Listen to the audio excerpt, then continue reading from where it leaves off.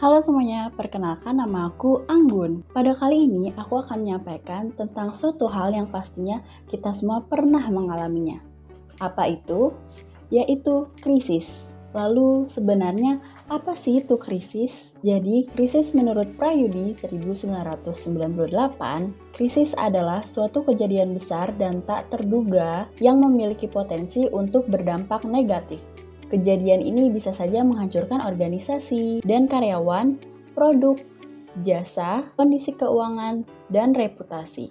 Lalu, krisis menurut Mahfud 1998, krisis adalah suatu kejadian, dugaan, atau keadaan yang mengancam keutuhan, reputasi, atau keberlangsungan individu atau organisasi. Hal tersebut mengancam rasa aman, kelayakan, dan nilai-nilai sosial publik, bersifat merusak baik secara aktual dan potensial pada organisasi, di mana organisasi itu sendiri tidak dapat segera menyelesaikannya.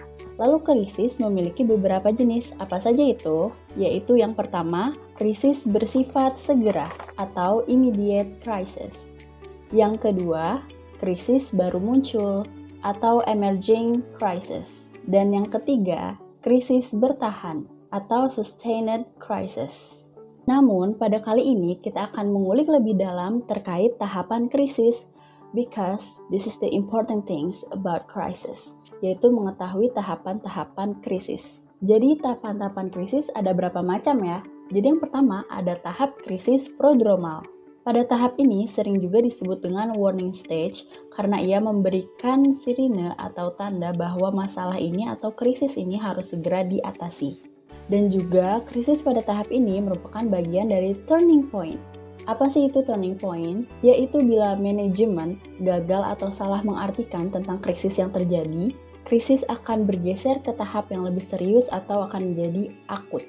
Dan tahap prodromal ini munculnya ditandai dengan 3 gejala yaitu sebagai berikut. Yang pertama, jelas sekali.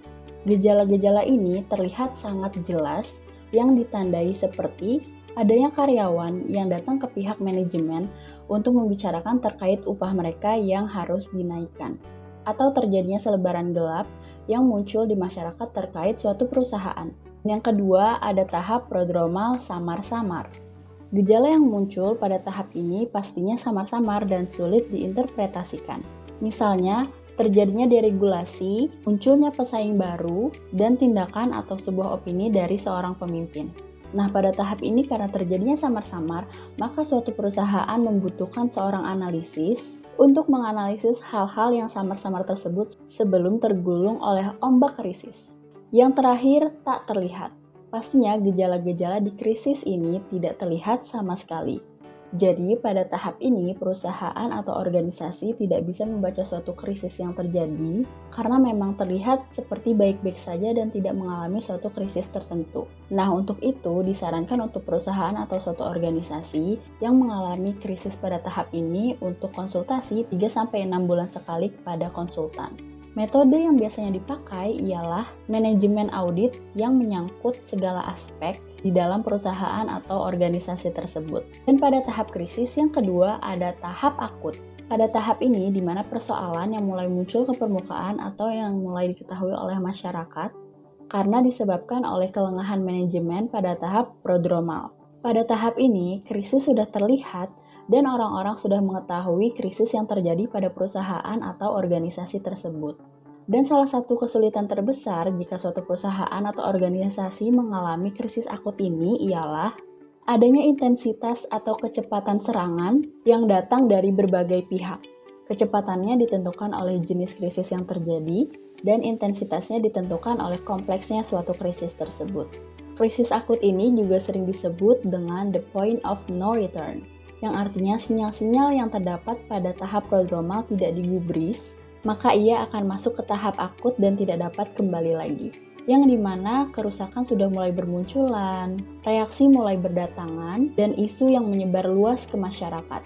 Namun, besar kecilnya kerugian perusahaan atau organisasi yang tertimpa dengan krisis ini tergantung oleh aktor yang mengendalikan krisis tersebut. Dan tahap krisis selanjutnya yang ketiga adalah tahap kronis. Tahap yang ketiga ini sering disebut dengan recovery atau self-analysis. yang dimana akan terjadinya perubahan struktural di dalam perusahaan atau organisasi tersebut.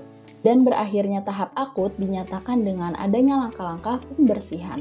Pada tahap ini, krisis yang telah berlalu dan yang tinggal hanyalah puing-puing masalah dari krisis sebelumnya.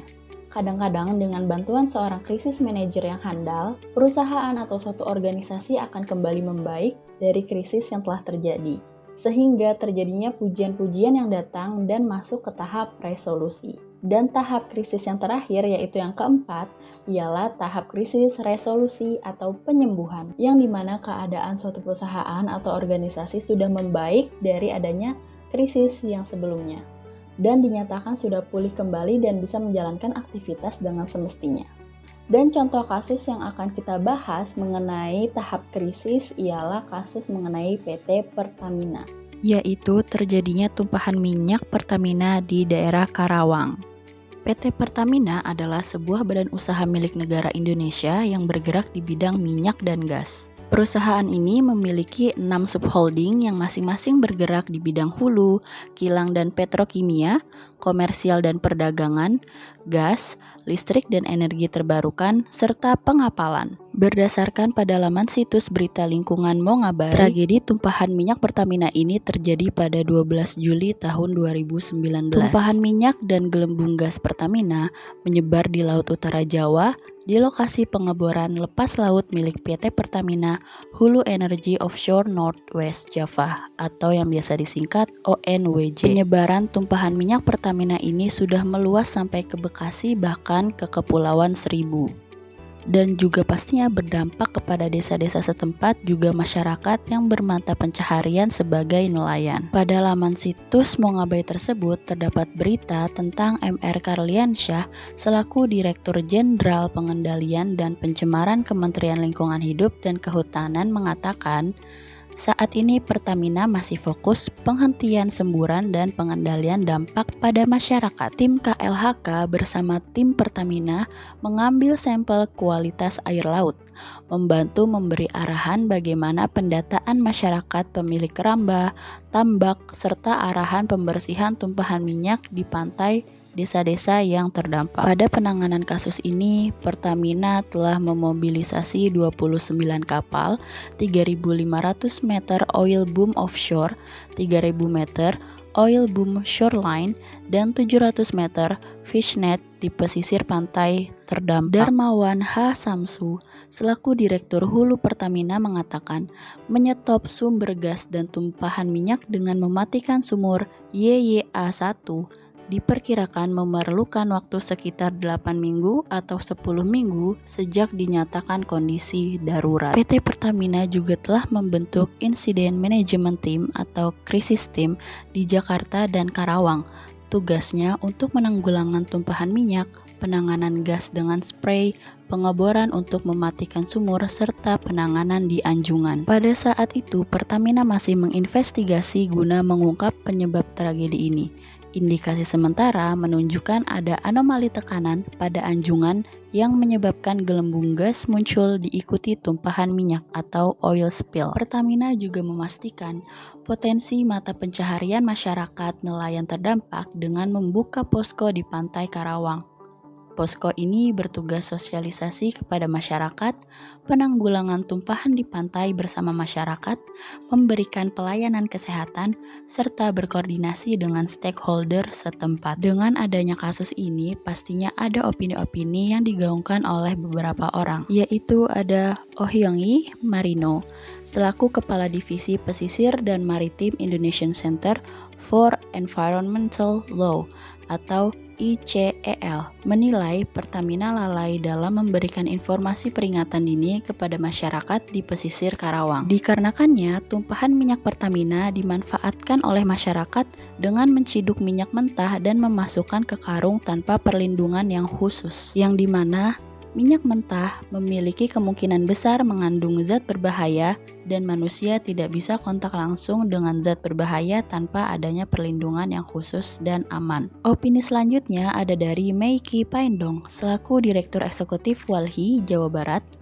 yang katanya tumpahan minyak di perairan laut dan pantai Karawang mengancam sumber-sumber kehidupan dan keberlanjutan alam. Tubagus Ahmad, salah satu direktur Walhi Jakarta, yang mengatakan juga kalau tak segera diatasi, pencemaran ini akan mengganggu kehidupan masyarakat Kepulauan Seribu yang selama ini hidup bergantung pada kondisi laut. Jadi, pada kasus ini, pihak Pertamina telah melakukan dan mengikuti semua prosedur yang harus dijalankan akibat terjadinya tumpahan minyak di Karawang. Pihak Pertamina juga akan memberikan kompensasi kepada nelayan-nelayan setempat yang terdampak akan kejadian ini. Kasus ini pun telah terselesaikan dengan secara profesional. Jadi, menurut analisis saya mengenai kasus tumpahan minyak Pertamina di daerah Karawang, dengan materi manajemen krisis yang telah dipelajari, yaitu tahap-tahap krisis ialah yang pertama, tahap prodromal. Pada kasus Pertamina ini mengalami tahap prodromal yang jelas karena kejadian tersebut nyata dan apa adanya. Yang kedua, tahap akut. Pertamina sudah mencapai hal ini pada kasus tumpahan minyak yang terjadi di Karawang,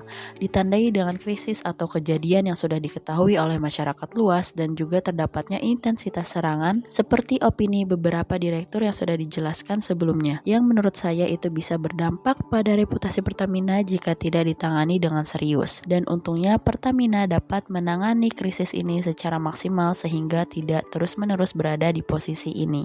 Yang ketiga, tahap kronis. Pada tahap pembenahan ini, PT Pertamina sangat proper melakukannya, ditandai dengan mengikuti seluruh prosedur yang ada, menerima sanksi, serta memberikan kompensasi kepada masyarakat yang terdampak. Dan yang keempat, tahap resolusi. Tahap ini ditandai dengan setelah melakukan segala pembenahan atas kejadian tersebut oleh PT Pertamina, maka keadaan akan semakin membaik dan dengan bukti sampai saat ini berita krisis tersebut sudah tidak ramai digaungkan dan permasalahan yang sudah dibereskan. Jadi, itulah hasil analisis yang telah saya lakukan mengenai tahap-tahap krisis terhadap kasus krisis tumpahan minyak PT Pertamina di Karawang. Semoga apa yang telah disampaikan dapat menambah insight bagi teman-teman semua. Terima kasih dan sampai jumpa.